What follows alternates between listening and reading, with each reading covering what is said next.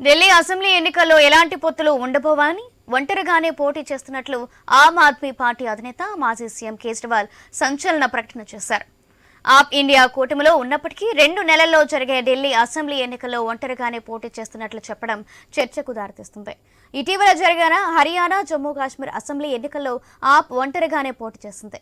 బీజేపీని ఎదుర్కొనేందుకు ఇండియా కూటమి కలిసి వెళ్లాలని చూస్తుంటే దానికి భిన్నంగా ఆప్ నిర్ణయాలు తీసుకోవడం కూటమిలోని ఇతర పార్టీలను ఆలోచనలోని పడేస్తున్నాయి.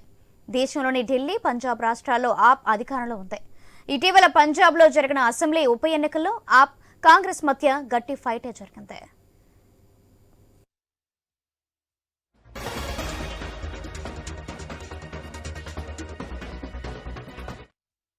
विधानसभा चुनावों की अब सुबुहार शुरू हो गई है, गठबंधन की लगातार बातें चल रही हैं, तो क्या दिल्ली में कोई गठबंधन नहीं होगा? Thank you. विधानसभा चुनावों की अब सुबुहार शुरू हो गई है, गठबंधन की लगातार बातें चल रही हैं, तो क्या दिल्ली में कोई गठबंधन नहीं होगा? Thank you. ఢిల్లీ అసెంబ్లీ ఎన్నికల్లో ఎలాంటి పొత్తులు ఉండబోవని ఒంటరిగానే పోటీ చేసినట్లు ఆమ్ ఆద్మీ పార్టీ అధినేత మాజీ సీఎం కేజ్రీవాల్ సంచలన ప్రకటన చేశారు. ఈ విషయానికి సంబంధించి మరింత సమాచారం మా ఇన్పుట్ ఎడిటర్ శ్రీకాంత్ అందిస్తారు. శ్రీకాంత్. సౌజన్య, గుడ్ ఆఫ్టర్నూన్. ఒకవైపు హర్యానా ఎన్నికలు అయిపోయాయి, ఆ తర్వాత మహారాష్ట్ర ఎలక్షన్స్ అయిపోయాయి, జార్ఖండ్ ఎలక్షన్స్ అయిపోయాయి. ఇక నెక్స్ట్ బ్యాలెన్స్ ఉంది ఢిల్లీ ఎన్నికలు. సో ఇట్లా నేపథ్యంలో ఇంకొక 2 నెలల్లో ఢిల్లీ ఎన్నికలు సమీపిస్తున్నటువంటి వేళ మాజీ ముఖ్యమంత్రి అరవింద్ కేజ్రీవాల్ సంచలనమైనటువంటి ప్రకటన చేయడం ఇప్పుడు దేశవ్యాప్తంగా కూడా కొంత ఉత్కంఠ కనిపిస్తోంది. సో ఇప్పటికీ ఇండియా కూటమిలో ఉన్నటువంటి కేజ్రీవాల్ ఇండియా కూటమిలో ఉంటూనే ఎవరితో పొత్తులకు వెళ్లకుండా ఢిల్లీలో తాను ఒంటరిగా పోటీ చేస్తానంటూ కూడా ప్రకటించడం జరిగింది. సో ఇది ఆమ్ ఆద్మీ పార్టీ కంటే కూడా కాంగ్రెస్ పార్టీకి ఒక భారీ దెబ్బ అని చెప్పాలి. ఎందుకంటే ఇప్పటివరకు చూసినటువంటి ఎన్నికల్లో కాంగ్రెస్ పార్టీ, అంటే మొన్న హర్యానా ఎన్నికల్లో కూడా కాంగ్రెస్ పార్టీతో పొత్తులో వెళ్లాల్సినటువంటి పరిస్థితుల్లో అక్కడ ఆమ్ ఆద్మీ పార్టీ ఇండివిజువల్ గా పోటీ చేయడం జరిగింది. సో ఇట్లా నేపథ్యంలో ఆమ్ ఆద్మీ పార్టీ ఈ రోజు ఒక సంచలన నిర్ణయం తీసుకుంది. ఇండియా కూటమితో పొత్తుకు సిద్ధంగా లేము, ఒంటరిగానే పోటీ చేస్తాం అంటూ కూడా ప్రకటించడం నిజానికి చాలా సంచలనంగా మారినటువంటి పరిస్థితి కనిపిస్తోంది. సో ఇండియా కూటమిలోంచి ఆయన ఒక విధంగా చెప్పాలంటే బయటకు వచ్చింది స్పష్టంగా కనిపిస్తోంది. కేజ్రీవాల్ అంటే హర్యానా ఎన్నికల్లో కూడా తాను అడిగినటువంటి సీట్లు అటు కాంగ్రెస్ పార్టీ ఇవ్వలేకపోవడం కూడా ఒక విధంగా గెలిచేటువంటి అవకాశం ఉన్న కాంగ్రెస్ పార్టీ కూడా హర్యానాలో ఓడిపోవడానికి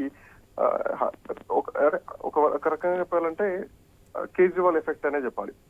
సో ఇట్లా నేపథ్యంలో కేజ్రీవాల్ ఈ రోజు ఢిల్లీ అసెంబ్లీ ఎన్నికల్లో పొత్తుకు దూరంగా ఉంటూ ఒంటరి పోరుకు మాత్రమే సిద్ధమవుతుందంటూ కూడా ఈ రోజు మీడియా సమావేశంలో కేజ్రీవాల్ చెప్పడం జరిగింది. సో ఇట్లా నేపథ్యంలో ఈ మల్లికార్జున ఖర్గేకు, సోనియా గాంధీకి ఒక భారీ దెబ్బనే చెప్పాలి.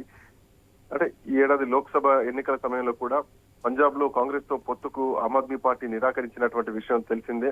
13 స్థానాల్లో కూడా అటు ఆమ్ ఆద్మీ పార్టీ ఒంటరిగానే పోటీకి దిగింది.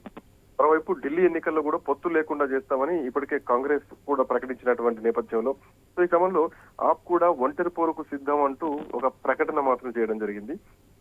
అయితే ఢిల్లీలోని మాలవీయ నగర్ లో పాదయాత్ర చేస్తున్నటువంటి క్రమంలో మొన్న అరవింద్ కేజ్రీవాల్ పైన ఒక వ్యక్తి దాడికి పాల్పడ్డారు. అది దేశం మొత్తం కూడా చూసింది. వెంటనే మెరుపు వేగంతో అక్కడ భద్రతా సిబ్బంది అంతా కూడా కేజ్రీవాల్ ని తప్పించి ఆ వ్యక్తిని చితకబడడం తప్పింది. అసలు అరవింద్ కేజ్రీవాల్ చేసినటువంటి తప్పేంటి అన్నది మాత్రం ప్రధానంగా ఇక్కడ ఒక అంశం తెరపైకి వస్తోంది. శాంతి భద్రతల అంశాన్ని కూడా ఆయన లేవనెత్తడం జరిగింది. సో ఈ విషయంలో అమిత్ షా కూడా చర్యలు తీసుకుంటామని చెప్పారు. సో ఏదేమైనా కానీ ఈ రోజు కేజ్రీవాల్ తీసుకున్నటువంటి నిర్ణయం అటు ఇండియా కూటమికి మాత్రం భారీ దెబ్బని చెప్పాలి. ఇండియా కూటమి ఇప్పటి కూడా ఎక్కడ అరవింద్ కేజ్రీవాల్ ని కలుపుకొని ముందుకెళ్తలేనట్టు మాత్రం స్పష్టంగా కనిపిస్తోంది. ఈవెన్ జమ్మూ కాశ్మీర్ ఎన్నికల్లో కూడా అదే జరిగింది. అరవింద్ కేజ్రీవాల్ ని పక్కన పెడితే అరవింద్ కేజ్రీవాల్ అసలు పోటీలో ఉన్న విషయం అక్కడి ప్రాంతానికి తప్ప దేశం మొత్తం కూడా తెలియనటువంటి క్రమంలో అరవింద్ కేజ్రీవాల్ అక్కడ ఒక స్థానాన్ని గెలవడం జరిగింది. ఇట్లా నేపథ్యంలో హర్యానాలో కూడా అరవింద్ కేజ్రీవాల్ తో కలిపి ముందుకెళ్తే బాగుండేది. ఎందుకంటే హర్యానా చుట్టుపక్కల ప్రాంతాలన్నీ కూడా అక్కడ పంజాబ్ కూడా బార్డర్ లో ఉంటుంది కాబట్టి పంజాబ్ బార్డర్ ఎఫెక్ట్ హర్యానాలో ఖచ్చితంగా ఉంటుంది. సో అరవింద్ కేజ్రీవాల్ ని పక్కన పెట్టి కాంగ్రెస్ పార్టీ ఒక ధీమాతో ముందుకెళ్లింది. కర్ణాటకలో, తెలంగాణలో గెలిచాం కదా అన్నటువంటి ధీమా, ప్రభుత్వ వ్యతిరేకత కల్పిస్తుంది అన్నటువంటి ధీమా కాంగ్రెస్ పార్టీ కొంత ఓవర్ కాన్ఫిడెన్స్ ఎక్కువైపోయింది. సో ఇట్లా నేపథ్యంలో ఆయన అరవింద్ కేజ్రీవాల్ ఒంటరిగానే పోటీ చేయడం చాలా వ్యతిరేక ఓటు బ్యాంక్ మొత్తం కూడా చీలిపోయినటువంటి పరిస్థితి. సో ఈ దెబ్బ కాంగ్రెస్ పార్టీకి బలంగా తాకింది. భారతీయ జనతా పార్టీ చాలా సునాయాస విజయం సాధించింది, అనూహ్య విజయం అని చెప్పాలి. ఇట్లా నేపథ్యంలో అరవింద్ కేజ్రీవాల్ కు మద్దతుగా, ఢిల్లీ లిక్కర్ పాలసీలో అరవింద్ కేజ్రీవాల్ కు మద్దతుగా ఇండియా కూటమి నేతలంతా కూడా ఢిల్లీలో ఒక నిరసన ర్యాలీ తీయడం జరిగింది. బట్ అట్లాంటి పరిస్థితుల్లో తర్వాత హర్యానా ఎన్నికల్లో కేజ్రీవాల్ ని పక్కన పెట్టడం, అడిగిన సీట్లు ఇవ్వకపోవడం, కేజ్రీవాల్ కూడా సొంతంగా ముందుకెళ్తూ ఎక్కడికక్కడ తన బలం ఏంటో చూపించుకునేటువంటి ప్రయత్నం చేస్తున్నారు. గెలుపోటముల సంగతి సెకండ్. ముఖ్యంగా ఈసారి భారతీయ జనతా పార్టీ మీద ఒక ఫైర్ తో ఉన్నారు. ఆయన్ను జైల్లో పెట్టినటువంటి పరిస్థితి, అటు మనీష్ సిసోడియాను కూడా డిప్యూటీ సీఎం గా ఉన్న వ్యక్తిని 1.5 సంవత్సరాల కాలం పాటు జైల్లో పెట్టినటువంటి పరిస్థితుల్లో అరవింద్ కేజ్రీవాల్ ఒక ఛాలెంజ్ చేస్తూ బయటకు వచ్చారు.